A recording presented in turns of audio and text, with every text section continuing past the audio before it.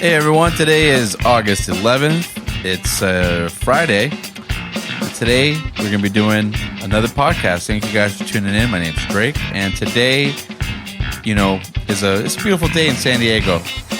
And I want to thank you guys for tuning in. If you are regulars or if this is your first time, make sure you guys subscribe, like, all that good stuff, whether you're listening on Google, Apple, Spotify, or whatnot. All right, so today's been a pretty long week. I'm going to tell you guys what. I've had a lot of medical stuff going on, and let's just say it's been quite a week. But anyways, it's Friday. We're here to celebrate. We're here to celebrate the weekend, celebrate all the good things that are happening.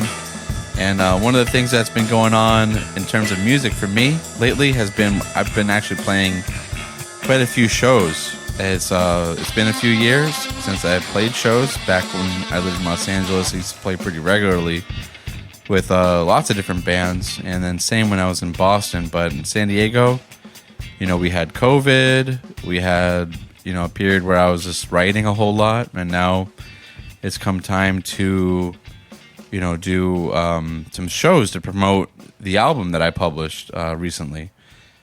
For those of you who haven't heard it yet, it's called Fujiwara Effect. It's on Spotify, everywhere else you can listen to music. And the album is basically like a cross between like funk and alternative rock. And I feel like I blended the two sounds, which are kind of like my favorite sounds, in one unique way where, a lot of like heavy guitar riffs, a lot of like trippy like delay kind of guitar sounds, but also a lot of really like slinky guitar sounds with some really like booming bass lines in the background. But yeah, so that's the album. We've been really promoting it in the last few shows that we've been doing. And one of the things that I learned about doing these shows recently is the dynamic between your bandmates, and how things have been going in the music industry lately is, it's interesting because my brother and I had this conversation before I published, where he was basically like saying that he didn't really feel like a band was necessary to have a group of people together, that like he would just write the songs and then sort of like get people to just like do the parts for him and he just pay them. And so for that, it would be like a drum track, or like if he needed somebody to do like a bass line, and just give them like a flat fee, if you will, and have them record. Whereas with a band, it's kind of like a group project, a group dynamic. But what happens if like your bandmates aren't really producing? So like for one clear example of this would be like the Smashing Pumpkins, where Billy Corgan essentially was the Smashing Pumpkins, and it kind of got confusing when he did his own album, like the Billy Corgan album that featured Mina Loy and Walking Shade. I think like the album was probably released in like 2005. I don't remember the name of the album, but anyways, it was a really good album. So like, what's the difference between Billy Corgan doing that and then Billy Corgan doing the Smashing Pumpkins? Well, in short, it's probably just Jimmy Chamberlain is really the only difference. His drummer is really the only one that brings like their own like unique style of something to that table. Whereas like if you go off the reports, and what Billy's talked about publicly is that his bass player and his guitarist really weren't doing much. They were kind of just there doing the production, and then when or in other words, the recordings, and sometimes he would just re-record their parts, which sometimes without their knowledge, which I guess isn't really that cool. But the fact remains that sometimes you have in bands one member that does the bulk of the songwriting, and then the others aren't really producing in terms of like the songwriting. So like, how do you balance like credit, like what elements of this is now a band and now just like this one person kind of just doing the whole thing. And this is like in stark contrast to a group like Queens of the Stone Age, where they have like a really famous method, I guess, if you will, where they do like their group sessions, but then they each have input. They each bring something to the table that will create the sound. And that really, you can hear that in their sound, where there's not too many Queens of the Stone Age songs that sound alike. Like the difference between a song like Mosquito Song and Millionaire and No One Knows, they're all very, very different kinds of songs. They're very, very different.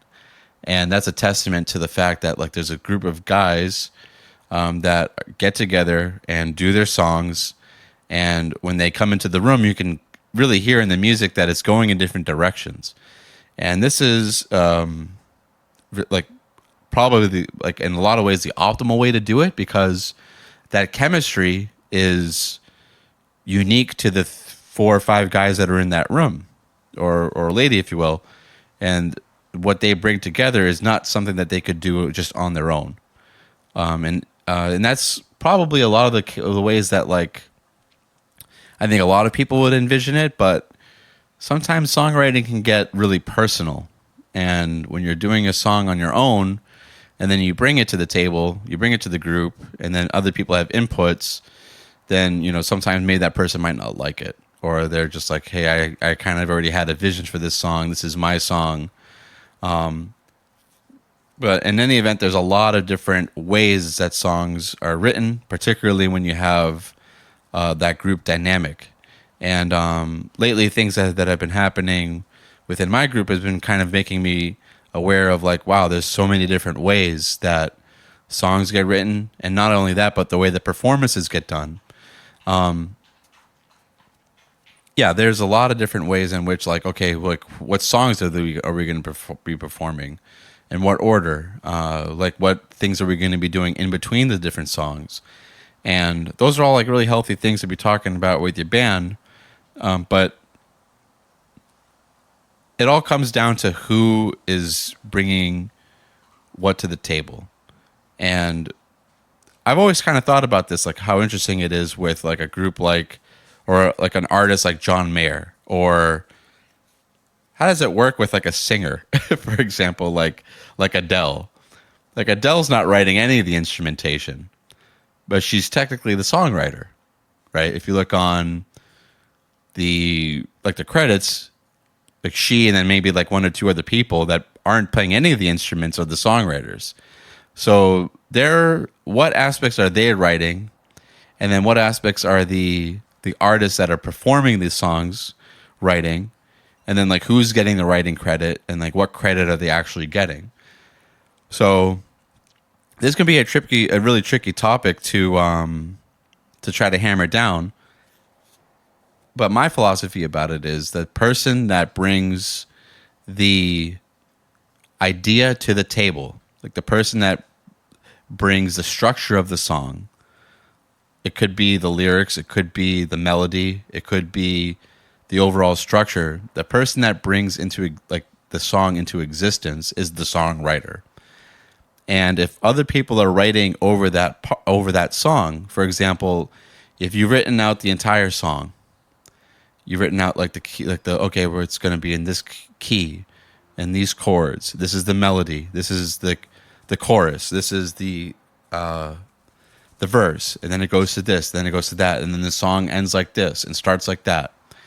The person that brings all of that into existence, whether it's one person or 2 or 3, however many people are bringing the song to be, are the songwriters. And then anybody that is adding to it, almost like a cake decoration, like in terms of like, okay, I'm going to do this little guitar part over that part.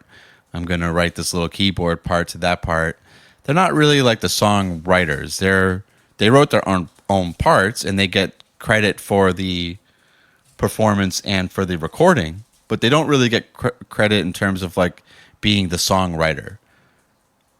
And I think that's like probably the most fair way to do it, because the amount of effort and the amount of going out on a limb to bring something that you're into existence, like, okay, there was not a song and now there is a song, is not just writing a part over something that someone else already did. A lot of it is, like I said, bringing it out into existence. And if you're the person that's doing that, then you're the person that wrote the song. The tricky part is how, like, if you're not like a gifted songwriter, right? Like, how do you go about doing that? Like, very clearly, Kurt Cobain was a very, very talented songwriter. And anyone that's ever seen like videos of John Mayer can understand that that guy is a brilliant songwriter. Same thing with Paul McCartney, right? Like, these guys, when you watch them, they just write songs so effortlessly. Like, John Mayer will pick up a guitar and be like, yeah, I'm just going to do this. Watch, this is all you got to do. I'm going to go from E major to A minor to F major. And that's a nice little groove right there. That's a nice little chord progression. Then maybe I'll sing something like this. And he just sings something. And it's like, wow, this guy just did that. No preparation, no anything. But one, it's years and years of experience. Two, yes, that guy has a natural gift from God where he can just breathe life into a song and make it. And there's a really famous video I've seen of Paul McCartney do something pretty similar, where he was talking about how he wrote a song once just by looking at a painting, and he saw the chord shape of this guy and like holding an acoustic guitar, and was like, "Oh, that's a really nice chord shape." And he did that on his acoustic guitar, and then he was like, "Yeah, I used that to write this song." And then a guy was like, "Hey, can you just write another song like that?" And then he did something and then just whistled the melody that was so beautiful and so nice. But very, very clearly, some people have that talent. And my brother is, I think, another person that I've seen that has this talent where this gift where they can just breathe life into a song and just create it very effortlessly. And I'd say for myself, that wasn't something that I naturally ever had. That for me, a songwriting process is very much like taking bits and pieces of melodies and rhythms and chord progressions and licks and recording them as I go through my day-to-day, and then reviewing them, and then it's kind of like listening and being like, oh, that would go with this one, that would go with that one. I'll use my voice recorder on my phone and I'll be like, okay, well, that was a nice little lick. Let me record that. And then I'll go through a few months building a few of these up, and then I'll review them and be like, okay, well, that could be turned into a song. And then I have to like force to turn it into a song. And over the years, the process has become less effort than it was in the beginning, but nevertheless, it is more effort than from what I've seen, like people like John Mayer or even my brother or like a Paul McCartney. Or, Kurt Cobain obviously had a very, very talented, a very gifted mind to creating a song. But don't let that discourage you. You can do it my way. You could do it your own way. Being entirely gifted is not something that's required in order to create your own music. You can do it your own way. There's no one or two. There's millions and millions of different ways to write your songs. But all this comes together to say that the songwriting process, who gets credit for what, and how different artists come together to make music or to do it on their own and invite people into their project, is a world in and of its own. And I think what works for one group might not work for another. And all different types of people have different, very, very different ways of doing that. So I'd be very interested to hear how you and your group do it. How do you, as an artist, solo or individual, work with other people to get projects done, to make sure that people get the appropriate amount of credit and that everyone has a voice? Or if you're struggling with situations in which you want your bandmates to have more of a voice, but they're just kind of just like leaving it up to you, or if you feel like the opposite, like you're just kind of not being brought into the fold and you have a voice and that's not being listened to, be very interested to hear in all those different types of dynamics within groups.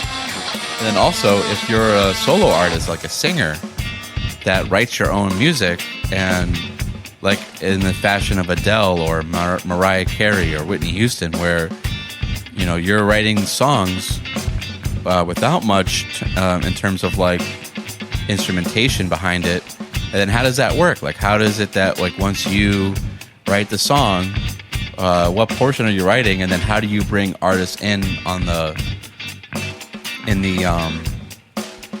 the fold and give them the proper credit? Like, how does that work for you? I think like a lot of people might be doing that very differently, and I'd be interested to know, and then also share how these different artists are doing it. But yeah, that's pretty much all I got for this week's episode. It's a more concise and short one than I've done in the more recent episodes. But this is something that's been really on my mind lately, and I wanted to share it with you guys and see what you guys think.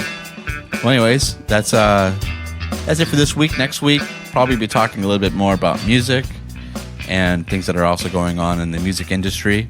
And if you have any topics you'd like me to cover, let me know at this would be the Drake Martinez podcast.